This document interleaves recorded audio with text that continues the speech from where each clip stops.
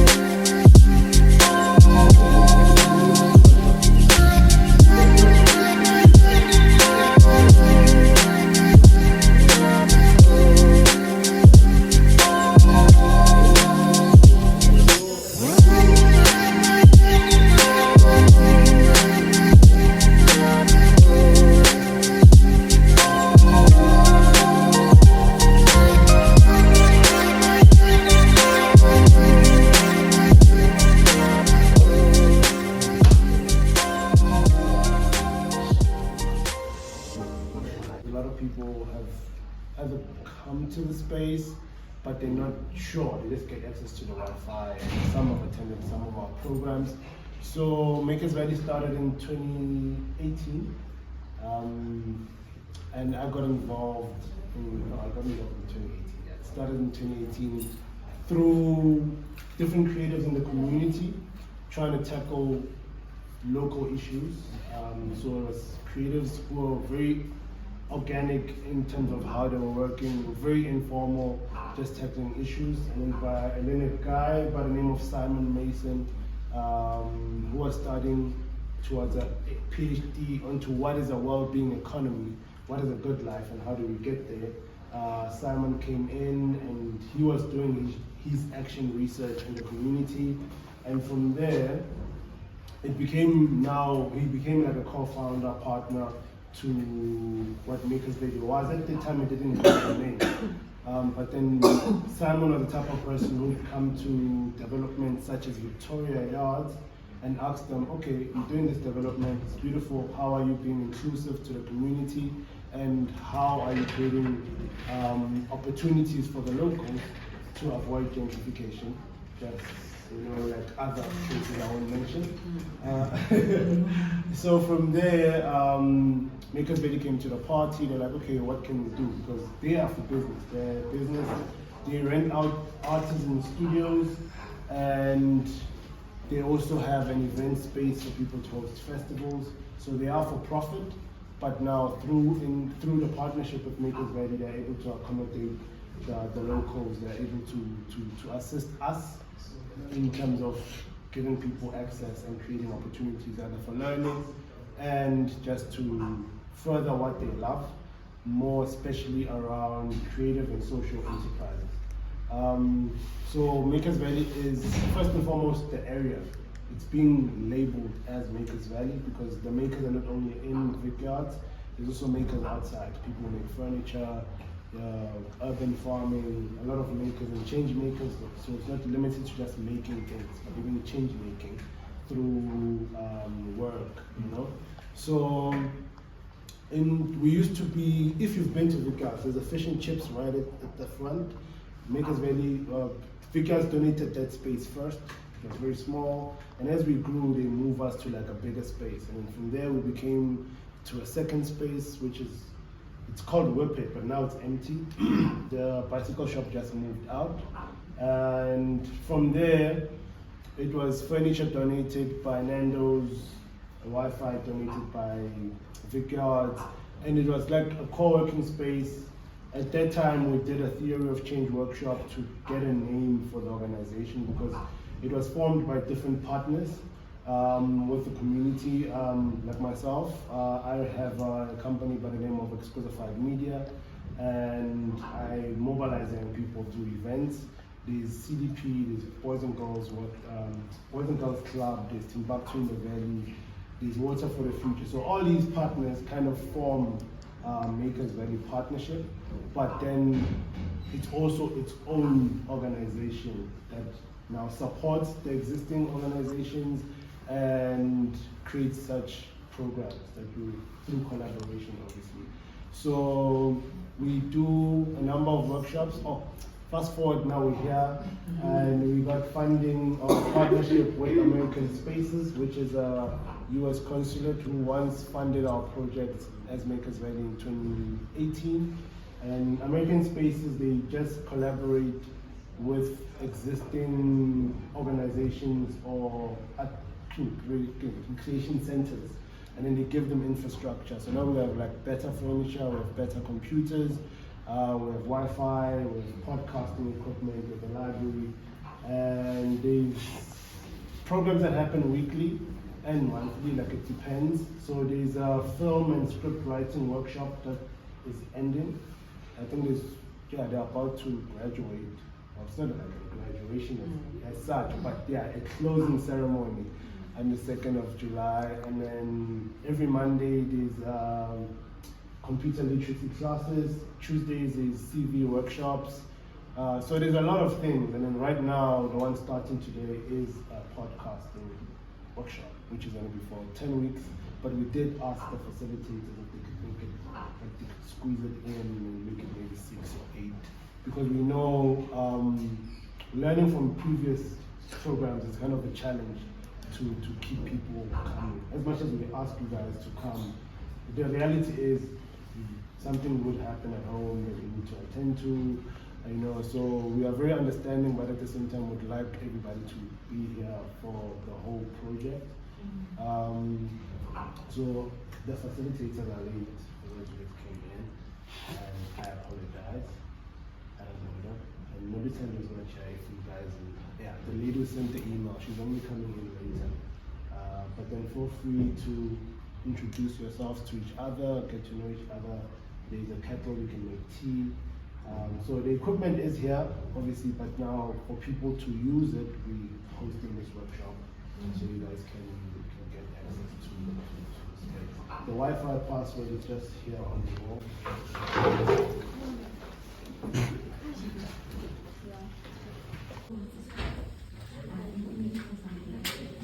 When you teach people how to take your idea, this idea that you have.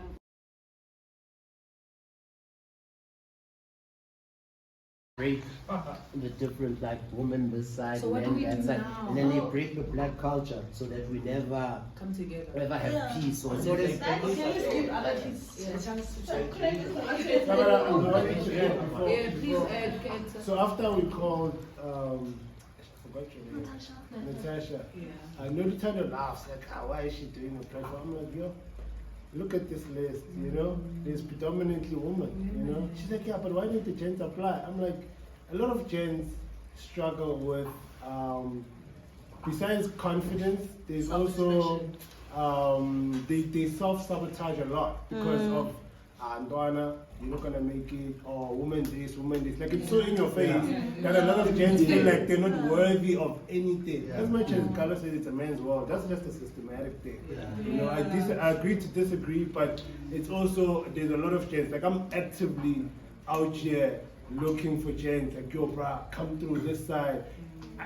Not even to go far, my younger brother, I'm very active, I have 4 siblings.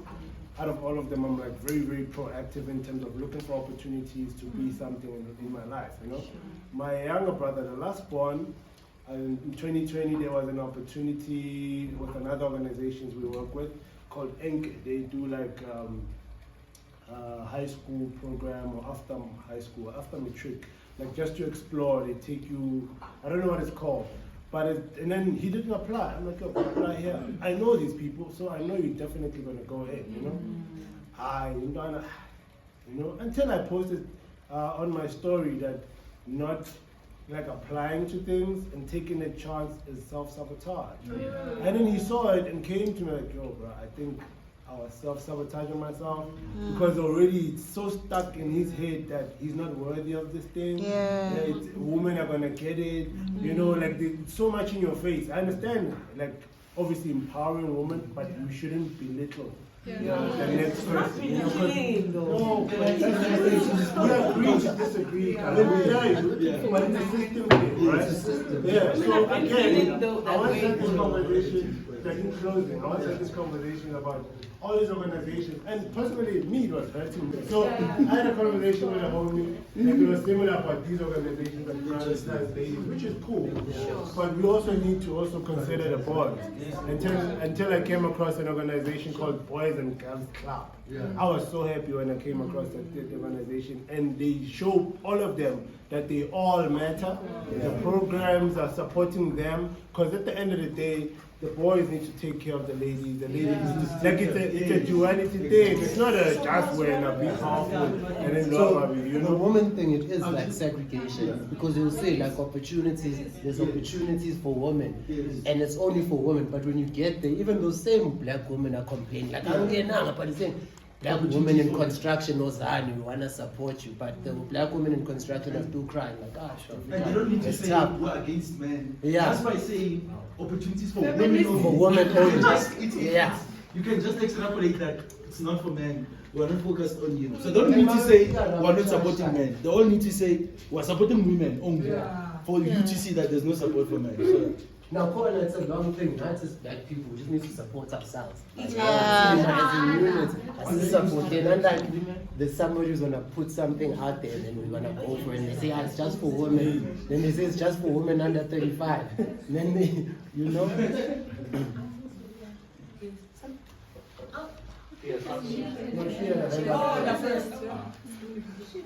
So I just wanted to highlight that across the African diaspora, Black women have been disadvantaged. They are below the caste system, at the bottom of the caste system. Within the Black community, Black men need to take their fragile masculinity and stop trying to compete with Black women. That is a source and directly comes from white supremacy, whereas Black men are taught that they need to prove their masculinity by belittling Black women, and anytime Black women are trying to progress or also being uplifted in a society where they are dehumanized and disadvantaged, Black men find that they get this inferiority complex. So Black men in the community need to stop trying to undermine Black women's struggles economically, in society, education-wise, and amplify voices and stand in the forefront. At the end of the day, the reality within the caste system of society is that it's white men, Black men, and then women. Fat Black women, queer women. There's many things that are happening where there's a caste system that you need to be cognizant of and educate yourself of. No one's walking around trying to break down Black men or take opportunities from them. If anything, there's constant in society uplifting of Black men because they're disadvantaged, they're emasculated. But when it comes to shedding light on Black women, it becomes, oh no, wait, not your turn, Black men first. And it's like this centering of Black men and telling Black women to step aside and not get empowered, not get economic opportunities, and not get educational opportunities, when that is the reality of institutional racism and how the world is systemically. So I'd like to urge Black men to not to tackle and actually look into their fragile masculinity, uplift Black women, and don't think no one's trying to uplift you. Here you are, you have an opportunity, and educate yourself about our struggles instead of standing in the front line and saying not all men. Educate yourself about what the real struggles are that Black women are going through in terms of education, access, microaggressions in the workplace, every single thing that Black women are going through, because the minute Black men are systemically in society, politically faced with anything, Black women are at the forefront, speaking for you, fighting for you, talking for you, protecting your Black body. But when it comes to women, it's like, well, not all men, not this and that and that and that. Black women are dehumanized and are going through a lot of things, and we need Black men that we love and support. We need them as our allies and support systems. Sorry. Oh my God, that was beautiful. Chippy, I'm sorry guys. In response to her, absolutely correct. She's so right. Sorry.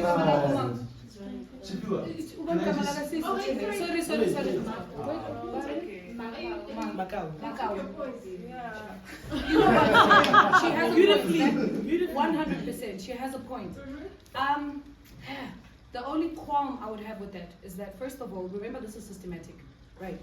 When slavery began, they were abusing our Black men, our fathers in front of us. That was demasculating them. Let's talk about that, right? So already, if you're gonna grow up in a society where men are being thrown around already by this colonizer, right? They grow up angry. They become a certain way, right? The reason why men, especially Black men, are the way they are right now is because of the system. I'm not saying they are justified by their actions. All I'm saying is, just as much as women also need counseling, men need counseling too. I have more male friends. I have more male friends than I have female, right? Half of the males that I've been friends with have been sexually abused, but nobody knows about it. With chicks and I, we could have drinks at night and talk about when I was sexy, when I was sexy, and then we hug each other. How many men get that opportunity to talk about that kind of stuff that's happened to them? Right? Wait. Remember, we said this is a system that's been put a certain way, right? So certain people behave a certain way because this is what the system has caused. I'm not saying men shouldn't take responsibility. I'm saying women should take responsibility too. If I had to ask all of the men in this room how old the woman was that broke their virginity, it's mostly older women. We never address that. But if I was to say I was 16 and it was a 25-year-old who broke my virginity, then it's rape. I'm just saying, let's, as much as we feel, we were down and whatever, let's also kind of think, when we think about apartheid, right? They're going to make a better living for ubaniti. Obviously, they are mistreated, they are demasculated already. So by the time they come back, it's just an ongoing curse, an ongoing vicious circle. So I'm just saying, Guti, as black people, we have bigger struggles altogether than male, female, lesbian, gay, Let's come together first and figure out, okay, I'm a daughter, this is how they are. Let's try and find counseling for them. Let's try and find out why they find it hard to cry. If a guy here is sensitive, we all know we're going to be like, that nigga's moist. It's moist as fuck, you know what I'm saying? But then with women, if I come in and I have my personality and this, then I'm a strong woman. Do you know what I'm saying? So it's like, where do we then draw the line so that both of us can come together and heal each other? Not okay, let's wait while the woman, because even these boys now, for example, this age group, you guys are working towards building us. Same age group. We go higher, what about them? So what, they're chilling the whole time, but it's not their fault that they are the way they are. That is not our fault, we were looked down upon and whatever. So I think my point is, let it be a together thing, not a men. It's essential that we don't put that on the backs of black women. Men don't do that for us, but we must wake up and say therapy and this and this and this. Take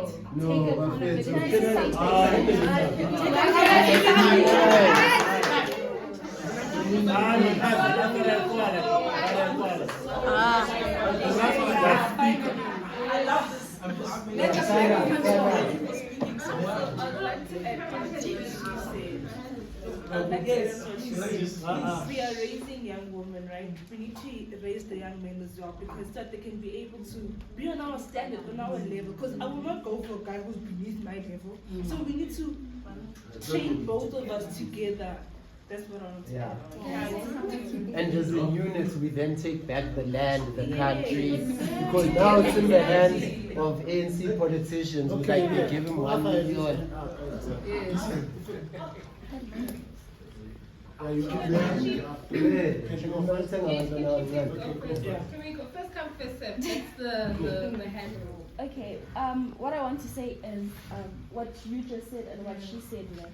As black women, the reason why there's all this black woman thing, it's because it is done by black women for black women. Because we understand the struggles and we understand where we want to get to and we understand the feeling that we need.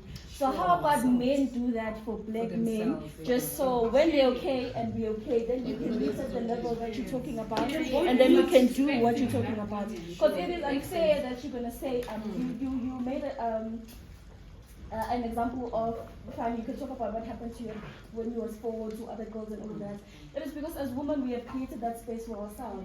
So how about men create that space for themselves? Like, but how do they? That's a great point. So we should know for them. We should carry them on our backs.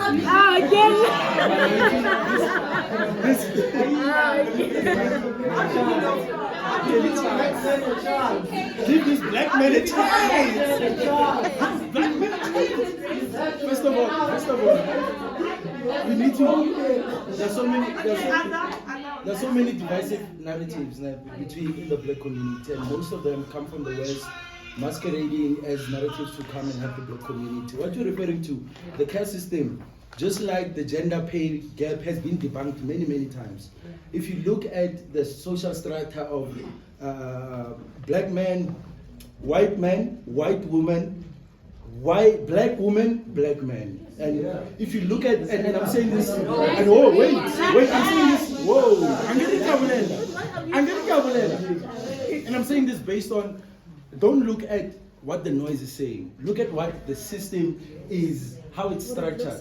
If you go to court and you are a black man and you are divorcing with a black woman, before even the court proceedings start, and you guys have kids you are divorcing, before even the court proceedings starts, the woman is in favor. The woman will get the kids. If you look at a lot of legal framework that has been put in place, it favors women. Rape favors women, a lot of things. So don't look at the narrative, look at the structures that are there. Now, that's the first thing. The caste system has been debunked to be false. Another thing, the gender payment gap has been debunked to be false because they're looking at women are getting paid maybe 78 cents to the rent, where men are getting paid 90 cents. What they're not saying is that is based on a multi-variable analysis, meaning one of the things that make things the payment gap different is money, but there's so many other analyses that have to go into that. Agreeableness of women in the working place. Men are most likely to walk up to their bosses and say, "Hey, chief, I need more money," than women often do. And there's so many things that cause that thing. And the issue here is, in most cases, women want opportunity of outcome, but not the fought for opportunity of access. I agree, fought for opportunity of access to get into these spaces, to get in, but opportunity of access doesn't give you equal opportunity of outcome. Doesn't mean if you're going to apply, you're going to get the job. No. They've given you the opportunity of access for you to be able to enter there. But these spaces that you're going into are spaces that were created by men. You understand? So you are going to have to be battling men. And this is a masculine space. So you can't expect men in the space to be feminine so that they can accommodate you. It's not going to happen. You understand? So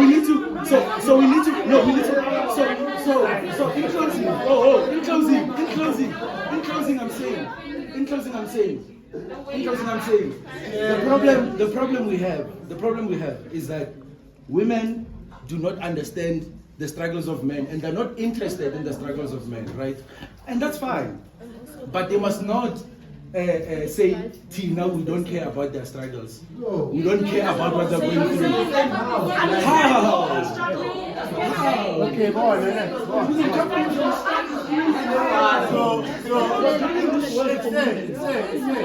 Go on. What you just said is perpetuated a wage gap society. This gap is not true. It's small.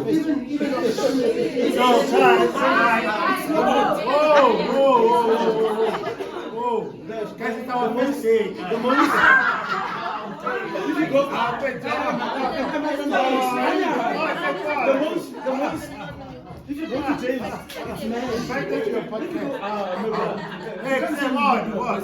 So I feel like these topics are very, very essential, right? But today we can, exactly, like, that's why, like, we're here to just learn from each other. First and foremost, we have different life and backgrounds and perspectives on life.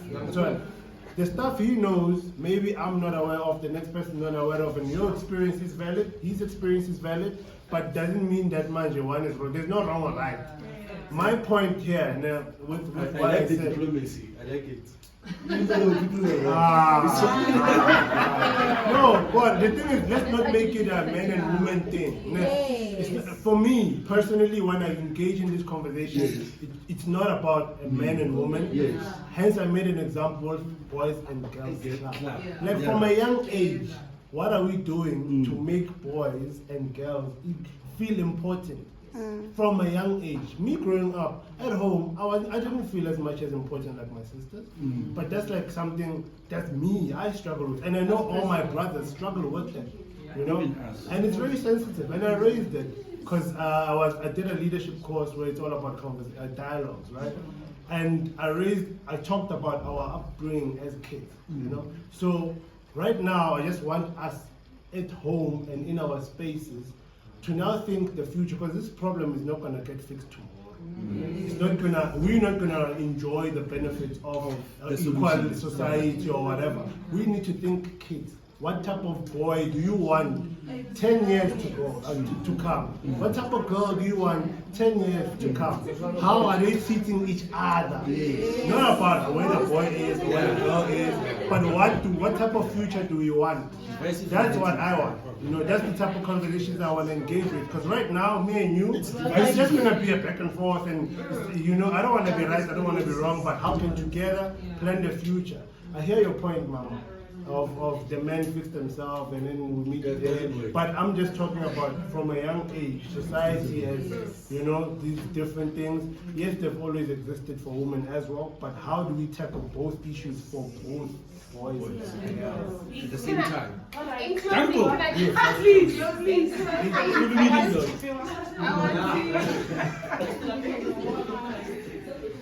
I want to, yeah, in closing, Mali, let me talk. Yes, please. You know, I love what we say that, you know, we all come from different backgrounds. Yes. I think that's one thing when you're in the non-profit, you have to understand that not everybody comes from our former modesty, not everyone from the birds, some people from the birds. We all have different backgrounds. And I think gender war is cancelled, guys. No girls against boys, no girls against boys. The reason why our womanomics exists is because we can talk about the stats. The stats say, guys, you guys trust stats SA, good luck. But you can look at the stats, but when you go into the field and you look, it's not matching. And that's a real life experience, and that's why we exist. And we're not saying we want to bring women here and then bring women here and then leave men down there. Right now, women are here. As I said, the numbers are horrific. When we've made it a point to only do business with women businesses, not just black women. But when we say, for example, one time we had t-shirts done, we could not find a single woman t-shirt printing company. Something as simple as printing a t-shirt. No woman out there has stepped into that space because she didn't believe she could do it. It's the same thing, I think yesterday, please listen to my podcast, guys, your soul will go heal. But it was a conversation that we had that black girls in the township look at our women CEOs and they say, I can't do it. And that's one of the conversations one of my guests was saying. She was saying, a girl from the township looked at me and she said, is this what you do? You actually do this? You know? So we're not trying to compete with men, we're just trying to at least bring us here and then we can compete, then gender wars can. And I think one thing I've learned from the conversation is accountability. Yes. We need to look, it starts here. We do this, you know? There's so many resources, guys. It's called #Men'sHealth on a Tuesday on Twitter. You go there, you cry in the space, nobody laughs. You cry, you talk about your girlfriend that's cheating on you, talk about how your girlfriend is eating your money. No, it's the most safe space for men have problems. Men have problems. I'm not saying accountability. You guys are saying you don't have the spaces or you don't have the opportunities. They are there. They are there. It's just taking that step. I just said Men's Health Tuesday. Go to Twitter. It's there on Tuesday. And it's the safest space. They link you with the counselor. They link you with a life coach for free. A life coach. My boss charges about 20 if you want a session with her.